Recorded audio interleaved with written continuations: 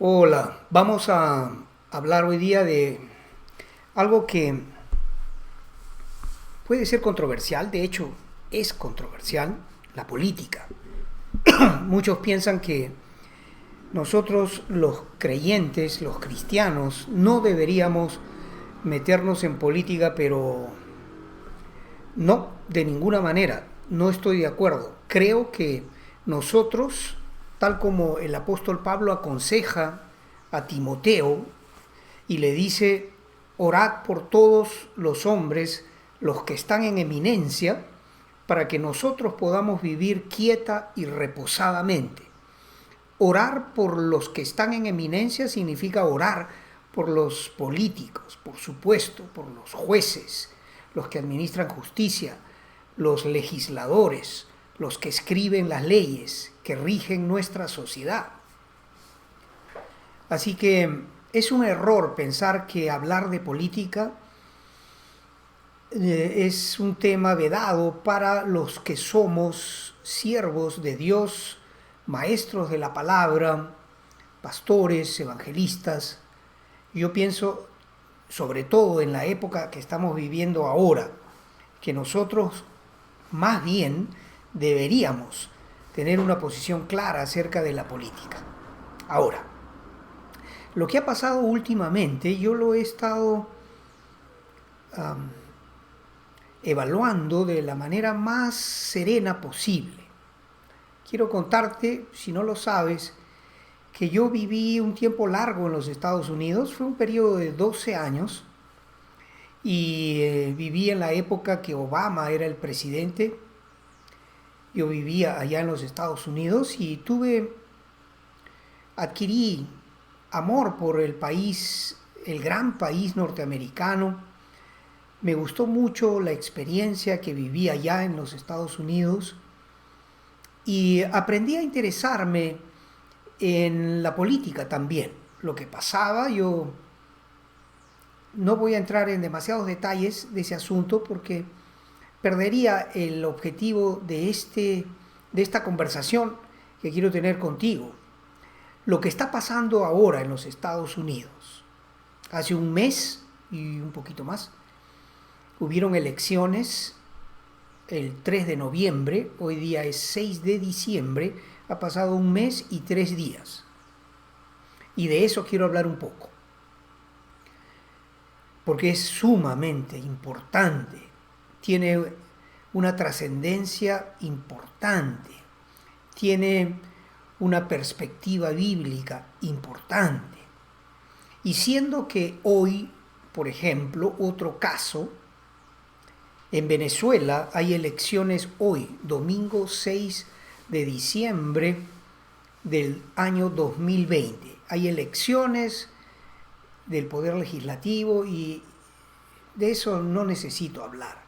Tú sabes, como yo, que eso está amañado, que esas elecciones que hoy ya deben estar corriendo porque son las 8 de la mañana 25 minutos, en Venezuela ya deben estar abiertas las urnas y no se necesita hablar de que eso es fraudulento, va a ser fraudulento, que por supuesto Maduro se va a hacer cargo de que se elijan sus autoridades, las que son afines a él. El pueblo de Venezuela sufre un terrible secuestro, ha sido tomada la gran nación de Venezuela, el hermoso país de Venezuela, la rica tierra de Venezuela, por una cúpula de sinvergüenzas, narcotraficantes, terroristas, asesinos,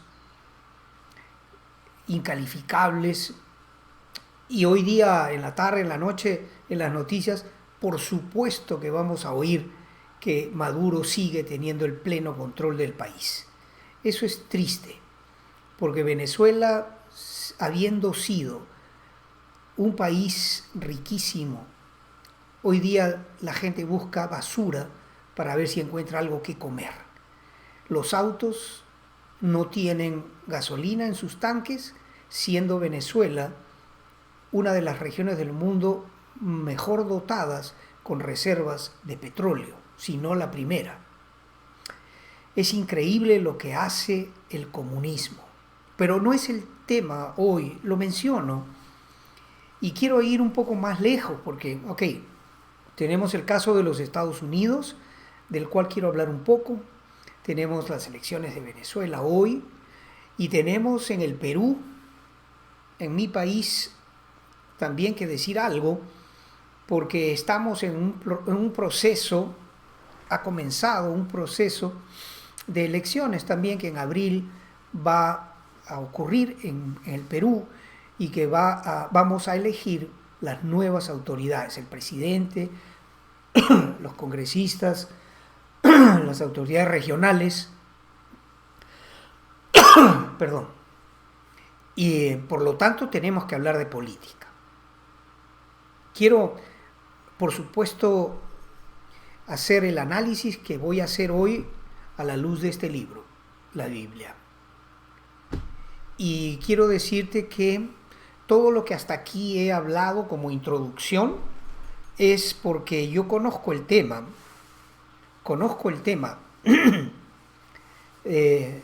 desde la perspectiva bíblica y también desde la perspectiva humana, este asunto de la política. En este libro, en la primera carta de Juan, aquí en la Biblia, están escritas algunas cosas que son realmente fuertes, que desde todos los creyentes siempre hemos oído en las iglesias cuando nos reuníamos con libertad, cosa que añoro. Si hay una cosa que extraño es la iglesia, las reuniones libres que teníamos en las iglesias para alabar a nuestro Dios y que en marzo de este año todos hemos sufrido en el mundo entero. Hemos perdido la libertad de reunión, no solo en las iglesias, en todos los ámbitos, es verdad, por el asunto del COVID-19, de esta pandemia o pandemia, cosa que también algún día conversaremos de eso. Bueno, lo que dice la primera carta de Juan es que el mundo entero está bajo el maligno. Dice, por ejemplo, hijitos míos, estas cosas os escribo para que no pequéis.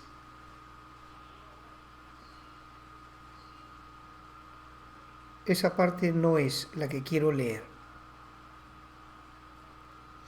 Lo que quería leer era un poquito más adelante. Dice, hijitos, ya es el último tiempo, dice el apóstol Juan en su primera carta. Ya es el último tiempo.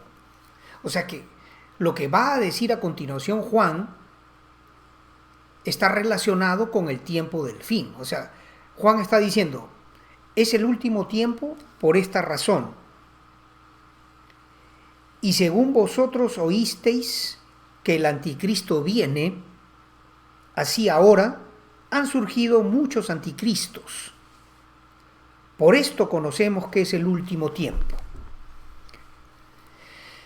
Juan está diciendo que en el último tiempo se manifestarían muchos anticristos, muchas formas de anticristos. El misterio de la iniquidad ya está en marcha, lo diría Pablo en la segunda carta a los tesalonicenses. En la medida que el mundo se acerca hacia el fin, y ciertamente si tú no lo sabes, escúchalo y no lo olvides, hay un fin, un final. En el plan de Dios hay un final para la humanidad y un nuevo principio. Dios tiene un plan, el mundo no va a seguir a la deriva, entregado a la maldad de la gente, sino que Dios tiene un plan el cual se va a cumplir al pie de la letra.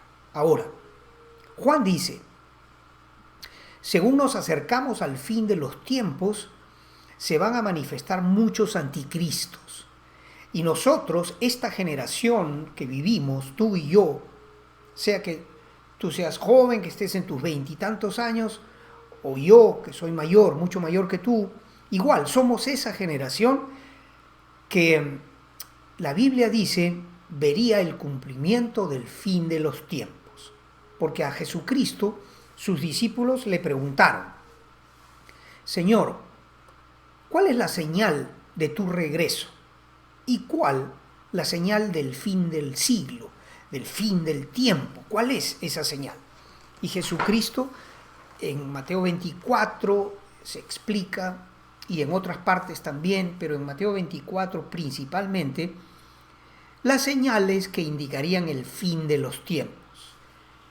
Y así, por enumerar algunas, terremotos, guerras, rumores de guerras, hambres, pestes, la maldad o el carácter perverso de los hombres postreros, el aumento de la ciencia, la migración de la gente que va de aquí para allá, enfermedades, problemas étnicos, raciales, violencia, la perversión moral de la sociedad, todas esas cosas, junto con señales tan trascendentales como la restauración de la nación de Israel, que ocurrió en 1948, y la conformación del escenario de la gran batalla de Armagedón, liderada por Rusia, Turquía, Persia, que es Irán, y otros países confederados que intentarán destruir, un nuevo intento de destruir a la nación de Israel. Todo eso es el escenario del regreso de nuestro Señor Jesucristo. Así que las señales, dijo bien Cristo, no sean tontos, no sean necios. Cuando ustedes ven que la higuera reverdece, que otra vez se llena de hojas, ustedes saben que el verano está cerca. Por ejemplo, el Perú, en diciembre, en realidad desde octubre, noviembre y en diciembre, ya la vegetación se ha multiplicado, ¿verdad? Y por supuesto ya vemos los frutos del verano, las frutas del verano, ¿no? Ya podemos disfrutar de lo que el verano trae, porque todo reverdece. Cuando hay calor, todo reverdece. La higuera representa, esto es un consenso teológico general, todo el mundo acepta que la higuera es una figura de la nación de Israel. Principalmente lo es el olivo, porque cuando estudias Romanos capítulos 9, 10 y 11, capítulos en los cuales el apóstol Pablo explica el misterio de la nación de Israel, el velo que cubre a la nación de Israel, que les impide ver la verdad del Mesías que ellos tanto anhelan recibir. Jesucristo es su Mesías, pero ellos no lo ven, no lo aceptan, lo rechazaron y hasta el día de hoy no lo aceptan. Pues esa nación de Israel es el olivo y es también la higuera. En el aspecto profético de Mateo 24, cuando Cristo dice que cuando vean que la higuera reverdece y también los otros árboles, sabemos que el verano está cerca. Cuando vemos las señales que enumeré, guerras, terremotos, pestes, hambres, violencia, perversión, inmoralidad, etc., peligro en la sociedad, todo eso, terrorismo. Bien, cuando vemos esas cosas sabemos que está a las puertas, dijo el Señor. Porque la pregunta que le hicieron los apóstoles fue: ¿cuál es la señal? Dinos, ¿qué señal habrá de tu regreso y del fin del siglo? Son esas señales. Ahora, si tú quisieras negar la verdad palpable de que nosotros somos testigos, estamos viviendo un tiempo en el cual se han cumplido todas esas señales, guerras, etcétera, etcétera, pestes, hambres, aumento de la ciencia, movimiento de las masas de gente, migración masiva, gente que sale de un país y se va a otro a buscar un mejor nivel de vida, o perseguidos por la política o aún la religión. En fin, todas esas cosas ya se cumplieron. Y la Biblia dice que esas señales anuncian el regreso del Señor Jesús, el fin de los tiempos. Ahora, el apóstol Juan nos dice que conforme llegamos al fin de los tiempos, el maligno, el anticristo, la iniquidad, el misterio de la iniquidad toma control sobre el mundo, porque acá lo leí hace un ratito, ya es el último tiempo y según vosotros oísteis que el anticristo viene, así ahora han surgido muchos anticristos, por esto conocemos que es el último tiempo. Pero no solo eso, sino que al final de la carta dice algo serio, muy serio. En el capítulo 5 dice esto: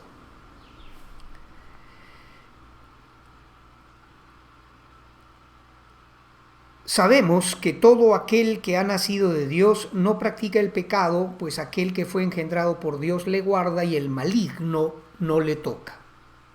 Sabemos que somos de Dios y el mundo entero está bajo el maligno.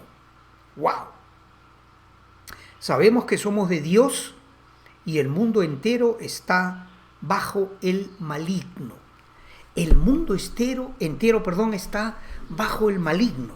Y escucha, pero sabemos que el Hijo de Dios ha venido y nos ha dado entendimiento para conocer al que es verdadero. Y estamos en el verdadero, en su Hijo Jesucristo. Este es el verdadero Dios y la vida eterna. Hijitos, guardaos de los ídolos. Amén. Mira lo que dice Juan. Habla de que ya el mundo entero, ¿no?, está bajo el maligno, pero nos dice también que todo aquel que ha nacido de Dios no practica el pecado. Esto es importante porque practicar el pecado es calcular cómo voy a cometer mi próximo pecado, construir el escenario para eso. Los creyentes, aunque somos pecadores todavía, tenemos una naturaleza inclinada al mal, tenemos el Espíritu Santo de Dios en el corazón. Y aunque eventualmente ofendemos a Dios todos los días de una u otra manera, con pecados de pensamiento, de palabra o de acción, o de inacción también, porque el que sabe hacer lo bueno y no lo hace, le es pecado también. Aunque todavía estamos en esa naturaleza, nosotros no somos del maligno. Eso dice el apóstol Juan. Sabemos que somos de Dios y el mundo entero está bajo el maligno. Y dice también que el que fue engendrado por Dios, Dios le guarda y el maligno no le toca. ¿Se dan cuenta lo hermoso de ser creyente? Que aunque el maligno toma control de todo el mundo, porque también eso es lo que dice, que el mundo entero está bajo el maligno, los que somos de Cristo estamos protegidos por la naturaleza divina que hemos recibido cuando nos entregamos a Cristo. El maligno no nos puede tocar. ¡Qué belleza de promesa! Aunque el mundo esté bajo el maligno no nos puede tocar. Gloria a Dios. El maligno no nos puede tocar. Y el mundo entero está bajo el maligno. Ahora, quiero decir algo más, que está en el capítulo 4, y con esto pongo ya la base bíblica para lo que voy a comentar luego en relación a la política. Mira lo que dice acá. Dice en el capítulo 4, el verso 5. Ellos son del mundo, dice el apóstol Juan. Por eso hablan del mundo y el mundo los oye. Nosotros somos de Dios. El que conoce a Dios nos oye. El que no es de Dios no nos oye. En esto conocemos el espíritu de verdad y el espíritu de error. Ellos son del mundo, por eso hablan del mundo y el mundo los oye. Nosotros somos de Dios, el que conoce a Dios nos oye, pero el que no conoce a Dios no nos oye. El mundo está dividido en la perspectiva divina, a los ojos de Dios, en dos grupos. Así es, los que son de Dios, los que somos de Dios, los que hemos creído en Cristo y hemos aceptado a Cristo en el corazón, los creyentes, y los otros. Los que no son creyentes son del mundo y hablan del mundo y el mundo los oye. Prende la televisión y ahí están ellos. Pero los que somos de Cristo tenemos otra mente, somos diferentes, no somos del mundo, vivimos en el mundo, pero como dice el apóstol Juan también en el Evangelio, en el capítulo 17, oro por ellos. Están en el mundo, pero no son del mundo, dice Jesús, antes de ser entregado a la cruz, antes de su sacrificio vicario. Dios ora, ese capítulo 17 es una belleza, es uno de los capítulos más importantes de las Escrituras, y en ese capítulo 17 del Evangelio de Juan, Jesús ora por nosotros. Ora por los apóstoles, pero no solo por ellos, sino por los que van a creer, por el testimonio de ellos, por ti y por mí, los que somos creyentes en este siglo. El mundo tiene su gente, es un grupo numeroso, porque también en el Evangelio de Mateo, capítulo 7, se explica que nosotros tenemos que coger la puerta estrecha y caminar por el camino angosto, porque angosto es el camino que conduce a la vida eterna, no carente de dificultades, no carente de menosprecio, no carente de burla. Se burlan de nosotros, lo han hecho, ¿verdad? Si tú ya tienes algunos años caminando los caminos del Señor, yo estoy seguro que tú también has sufrido menosprecio, has sufrido burla, has sufrido también lo que trae el seguir a Cristo. Si al Maestro lo menospreciaron, si al Maestro, a nuestro Dios, a nuestro Rey, lo insultaron, lo escupieron, lo agredieron y lo crucificaron desnudo en una cruz, de nosotros harían también todo lo que esté en sus manos hacer para tratar de ridiculizar nuestra fe. Pero nosotros somos o tenemos en el corazón alguien más grande que el que está en el mundo. Dice aquí en la primera carta, también en el capítulo 1, dice, dice esto: mayor es el que está en nosotros que el que está en el mundo. Pero dice esto que es muy hermoso, escucha, dice, no améis al mundo, dice el apóstol Juan, ni las cosas que están en el mundo. Si alguno ama al mundo, el amor del Padre no está en él. Wow. Porque todo lo que hay en el mundo, los deseos de la carne, los deseos de los ojos y la vanagloria de la vida, no proviene del Padre, sino del mundo. Y el mundo pasa y sus deseos, pero el que hace la voluntad de Dios permanece para siempre. Es decir, son dos grupos de personas, decía yo, y lo repito, lo enfatizo, a la vista de Dios, en la perspectiva bíblica. Dios tiene los que son parte de su familia y el mundo. Así es. Entonces, ahora estás aprendiendo algo si no lo sabías. Y si lo sabías, te estás gozando junto conmigo en recordarlo. ¿Qué cosa? Que nosotros no somos del mundo, que el maligno no nos puede tocar.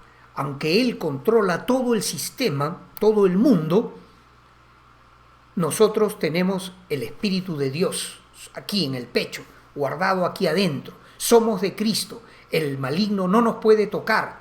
No somos del mundo. No debemos amar el mundo, porque todo lo que el mundo te pueda ofrecer pasa. La vanagloria del mundo, lo que tus ojos puedan codiciar, fama, dinero, fortuna, no sé, popularidad, riquezas, todo eso va a pasar. Pero los que somos de Cristo permanecemos para siempre.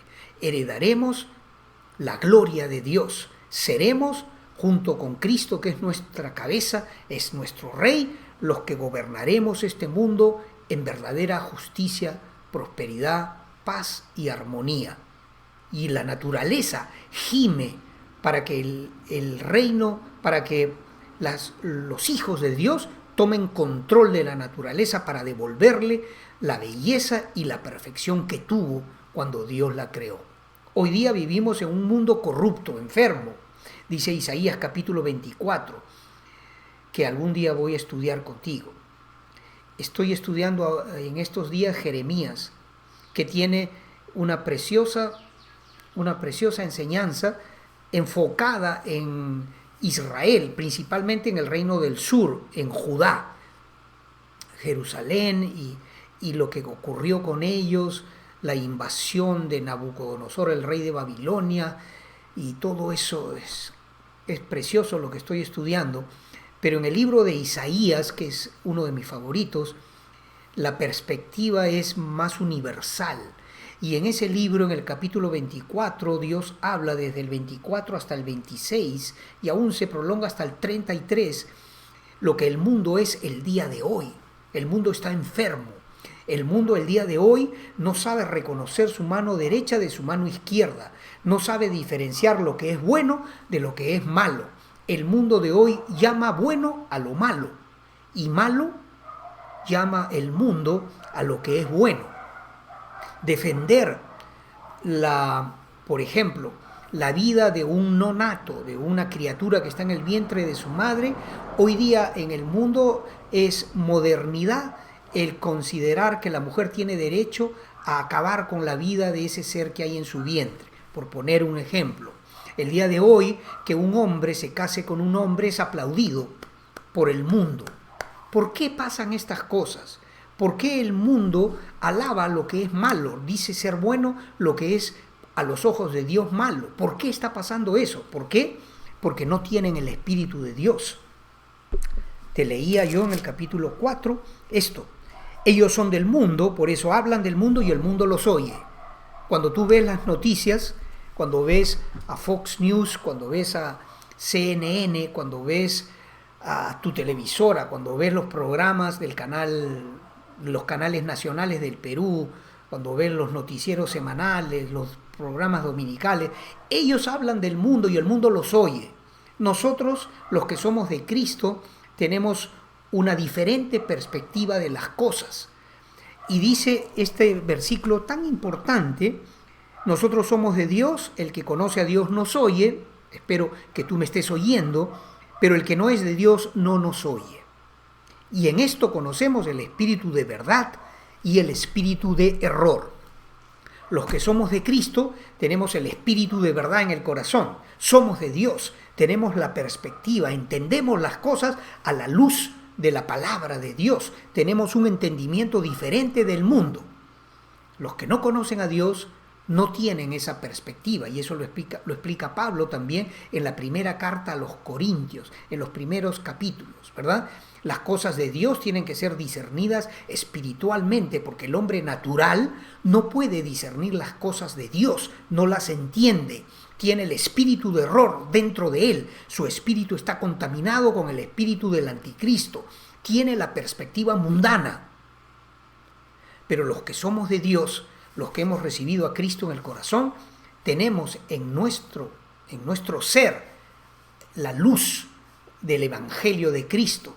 Tenemos el espíritu de verdad, porque el espíritu de Dios es el espíritu de poder y es el espíritu de verdad. Entonces tenemos un entendimiento diferente del mundo. Así es.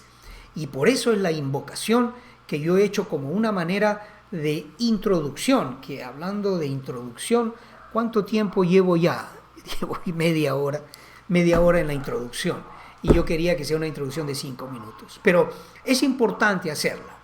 Ahora voy a hablar 5 o 10 minutos máximo, no puedo hacerlo demasiado largo porque va contra la capacidad del público de poder escuchar un mensaje como este. Pero lo que te quiero decir es, el mundo entero está bajo el maligno, ya lo vimos. Lo que ha pasado en los Estados Unidos el 3 de noviembre, hace un mes, es terriblemente malo. Yo antes del 3 de noviembre oré, por supuesto, para que Dios bendiga las elecciones y bendiga al pueblo de los Estados Unidos, un pueblo al cual yo amo, porque viví allá 12 años y tengo muy buenos amigos allá, muy buenos. Gringos y mexicanos, mamontones, tengo gente a la que yo aprendí a amar. Ciertamente amo entrañablemente a algunos amigos de allá y los extraño. Extraño a mis amigos, por ejemplo, bueno, mejor no entro porque me voy a conmover, pero los amo y los extraño. Y yo me asimilé a la cultura americana mientras vivía allá. Traté de ser parte de esa sociedad y sufrí lo que sufrí cuando veía a los liberales hacer lo que hicieron, promoviendo el estilo de vida homosexual, promoviendo la industria demoníaca del aborto, insultando, menospreciando y haciendo a un lado a la nación de Israel, el pueblo de Dios. Y si tú tienes un poco de conocimiento de ese environment, de ese estado de cosas, de ese establishment que había en la época de Barack Obama, en esos terribles 8 años que pasaron allá, tú tienes que estar de acuerdo conmigo. Cuando vinieron las elecciones para ser reelegido Obama, estoy hablando del año 2012, en el que Mitt Romney era candidato por los republicanos y Barack Obama estaba por los demócratas para la reelección, yo ayuné 3 días rogándole a Dios que favoreciera al pueblo de Estados Unidos y sin embargo salió elegido o reelegido Obama y el mundo se fue de mal en peor. Fue horrible. Pero Dios me consoló y me dijo, yo estoy en control, no te preocupes. Luego en el 2016 yo me pasé la noche entera viendo los resultados de la elección entre Hillary Clinton y Donald Trump. No dormí, me la pasé en vela y recibí el enorme gozo de ver que una mujer tan mala, tan malvada como Hillary Clinton no había alcanzado la presidencia de los Estados Unidos, porque Hillary Clinton prometió muchas cosas diabólicas, como quitar, por ejemplo, a las iglesias, que las iglesias tendrían que cambiar su modo de pensar, su teología por último, porque todo iba a cambiar, que si una mujer quería abortar a los 9 meses, pues adelante, que los Estados Unidos pagarían por esos abortos. Y Dios, creo yo, dio al mundo, a los Estados Unidos en primer lugar, pero al mundo entero, una ventana de oportunidad de 4 años. Dios permitió que los Estados Unidos tuviese un respiro por 4 años que acaban de terminar o están terminando. Los 4 años que han sido desde el 2016 hasta ahora, en enero, el 20 de enero, parece que Trump tendría que entregar las riendas del país más poderoso y más importante del mundo entero, a Joe Biden, pero todavía no es eso tampoco ya claro y certero, aunque se va desvaneciendo la posibilidad de que Trump pueda permanecer.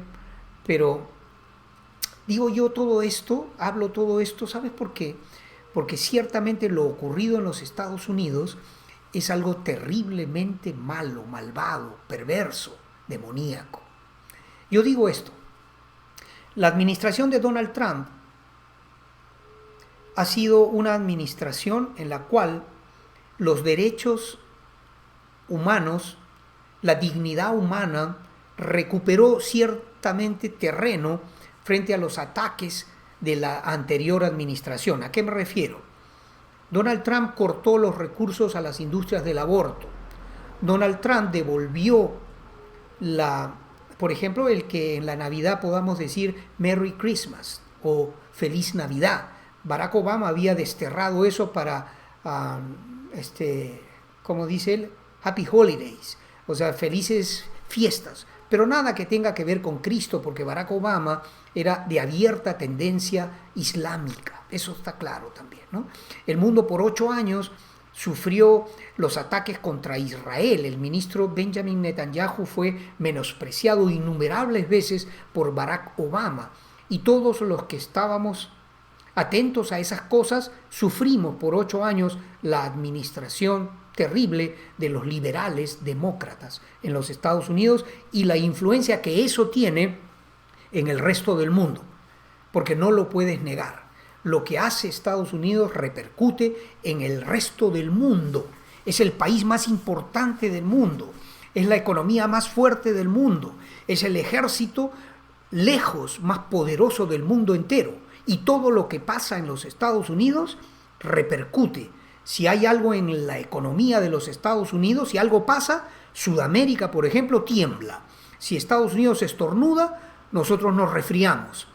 Y el mundo tiene una nación que es la cabeza del mundo entero, aunque no lo quieras reconocer, que es los Estados Unidos. Entonces, yo creo que esos 4 años que Dios dio en Donald Trump, sin pretender decir que Donald Trump es una especie de mesías, de pastor, no. Donald Trump tiene sus problemas, y serios también, ¿no? De eso no estoy hablando, sino de los frutos de su administración. ¿Cuáles son esos frutos? Defensa de la vida del bebé en el vientre de su madre. Cortar, por lo tanto, los recursos de esa industria diabólica del aborto. La defensa de la libertad de fe. Porque, por ejemplo, en los Estados Unidos, si alguien en la administración de Obama se atrevía a decir Jesucristo, un maestro en la escuela, se atrevía a aconsejar en la perspectiva bíblica a un alumno, para afuera, perdía su empleo. Pero con Donald Trump se devolvió la libertad de culto, la libertad de orar públicamente en el nombre de Jesús, cosa pues que sabemos Barack Obama había prohibido, ¿no? Había coartado, había secuestrado esa libertad fundamental del ser humano, que es la libertad de culto. Yo creo en Dios y tú no me puedes negar a mí el que yo pueda orar a mi Dios. Bueno, y en la nación de Israel se vieron también con la administración de Donald Trump, por ejemplo, reconocer a Jerusalén como la capital de la nación de Israel, su soberanía sobre su territorio y el mundo entero ha sido afectado por eso. Hay planes de paz, que es un tema delicado, de una trascendencia profética importante, que ahora no voy a entrar, porque entonces tendría que hablar 1 hora o 2 horas más. No lo voy a hacer ahora. Pero lo que estoy diciendo es que estos últimos 4 años, la influencia de la administración Trump ha sido para bien. Ha sido a favor de los valores judeo-cristianos que cimentaron ese poderoso país de Norteamérica, porque Norteamérica se forma con los pilgrims, es decir, los peregrinos que vinieron huyendo de Europa buscando un mejor lugar donde vivir, un mejor lugar donde desarrollarse, un lugar en donde tener libertad y en donde poder ejercer la fe en el Dios que tenían, el Dios de la Biblia. Esos son los fundamentos de esa nación. Así que esa administración ha sido una ventana de 4 años. ¿Y por qué digo que lo que hoy ocurre o ha ocurrido el 3 de noviembre último en los Estados Unidos es tan terriblemente malo? Y es por esta razón. Yo pensaba antes del 3 de noviembre, si los Estados Unidos deciden elegir a Joe Biden, es decir, volver al camino de los liberales con esa promoción de ir en contra de los estatutos de Dios en cuanto a la vida, en cuanto a la moralidad sexual, etcétera, etcétera. Si el pueblo de los Estados Unidos, en lugar de reelegir a Donald Trump, eligiera, decía yo en mi meditación, a Joe Biden para regresar a la administración del estilo Barack Obama, porque ciertamente Joe Biden no va a gobernar. Ese hombre está senil, no tiene ya sus facultades completas. Y los que van a gobernar son otros, de la corriente de Barack Obama, que sigue siendo una persona de una influencia grandísima dentro de los demócratas. Pero en fin, yo decía, si el pueblo de los Estados Unidos eligiese a Joe Biden, significa que Dios terminó con esa ventana de 4 años de dar un respiro al mundo. Pero la cosa ha ido mucho peor que eso. Porque cuando yo estuve atento y estuve hasta la madrugada también viendo los resultados, que en el principio favorecían a Donald Trump, pero después Ya en las horas de la madrugada y en las horas de la mañana del 4 de noviembre parecían indicar que Joe Biden tomaba fuerza. Entonces yo dije, bueno, significa que se acabó esta ventana de 4 años dentro del plan de Dios y el mundo ya no tiene entonces ese descanso, ese respiro, se acabó y hay que prepararnos, ajustarnos el cinto y prepararnos porque el tiempo del fin se acelera, viene más rápido. Así pensé yo, pero la cosa fue mucho peor, porque hoy día, 6 de diciembre del año 2020, 33 días después de las elecciones, interesante, después de las elecciones, no solamente parece que Joe Biden va a ser el presidente, regresando al esquema de cosas anterior en la administración de Barack Obama, sino que tal parece que hubo fraude serio en los Estados Unidos, porque no estamos hablando de que alguien por ahí en algún lugar metió unos cuantos votos falsos para favorecer a su candidato, no estamos hablando de cosas salteaditas que pueden aparecer y en todas partes se cuecen habas, pero en todas partes puede pasar que haya algunos foquillos por ahí de fraude. Estamos hablando de una cosa sistemática. No puedo entrar en detalles porque sería demasiado extenso. Tal parece que la cosa del fraude ha sido una cosa muy organizada, con el software que contó los votos, con la complicidad de las autoridades demócratas en cada estado de los que son cuestionados, como por ejemplo Georgia, como por ejemplo Colorado, como por ejemplo Pensilvania, bueno, y en Wisconsin y en muchos otros lugares. Hay evidencias de que esto fue corrompido con un fraude serio, grave, grande.